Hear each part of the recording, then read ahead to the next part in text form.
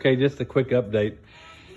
So I laid it out across here, just roughly, and clamped one end in place with a clamp down here. I really didn't clamp that. I clamped it, but I left myself plenty of loose material. It's not a big deal. I wanted to be able to pick the edge up as I glued and had to pull that tape out as I went. Now, one thing I was going to say is that as you put this down, don't try to pull it down to the edge and get everything just exactly perfect, because of the way the fabric kind of stretches and moves as you go.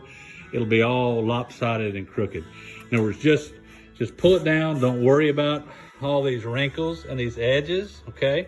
Just get it glued down. Try to get you a good solid glue line down. Probably 2 or 3 feet is about the most. But you see all the little edges there? Don't worry about it, okay? Because what I do is come back and iron it immediately, quickly. Glue actually gets harder the longer it sets. So if you take care of stuff quicker, it works easier. This is my iron. I've got it at about 325 degrees. And I don't like this iron. I had to replace it. The temperature wants to move around. Of course, we test the irons with our fabric. See if I can do it with a camera. I don't know if I can do it or not.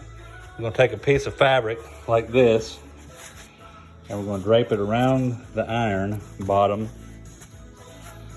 I don't think I can do this by myself. Anyway, we're gonna put it between my knees.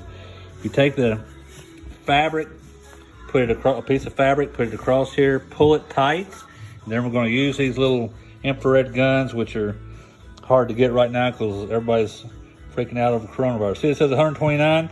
That's about 3 1/4 if you put the fabric over it. Those don't work good on shiny surfaces, so you can't measure it directly on this. But what we're going to do then is we're going to just take this and go ahead and just work it.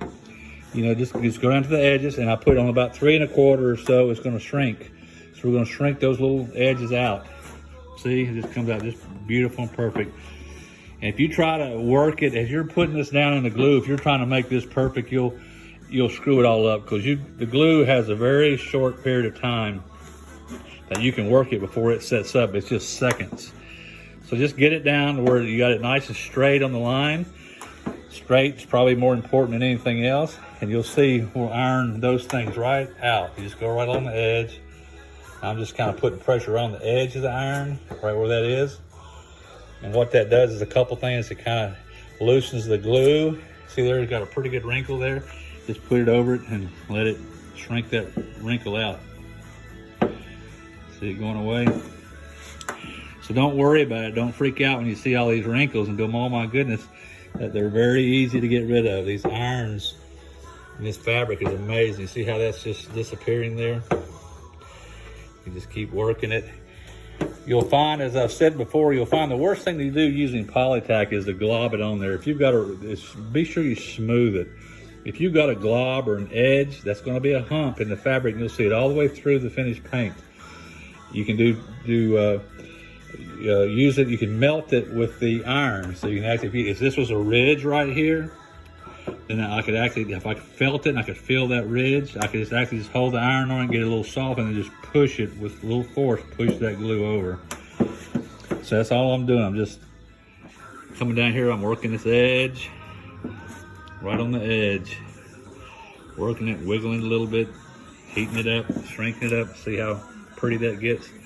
Go right around those rivets, get it sealed up, shrunk up. Just as pretty as can be. I'll do it like this. We'll do it again before the next coat goes on there. The next layer will go over the top of it. What's pretty neat is that using those measurements that we use, which is the 3/4 inches above and below that rivet, it puts you really pretty perfect across this light. Because that'll end up, we'll just end up cutting a very small amount here and then rolling it over and gluing it there later. So anyway, if you find that you've got some spots that are just lifting up, that really don't have much glue under them at all, just take your brush and just put a little glue underneath there and do it. But usually what you'll find, like that seems to be loose, is just heat it with this glue gun and go to the edge, push it down like that with the edge. It'll actually push glue. It'll melt the glue that's underneath there, and it'll push it over, see? So where it looked like it wasn't sticking, it really is. It just needed to have a little heat, just like that. So you see how nice that ends up, actually? And, you know, from that, so don't worry about it.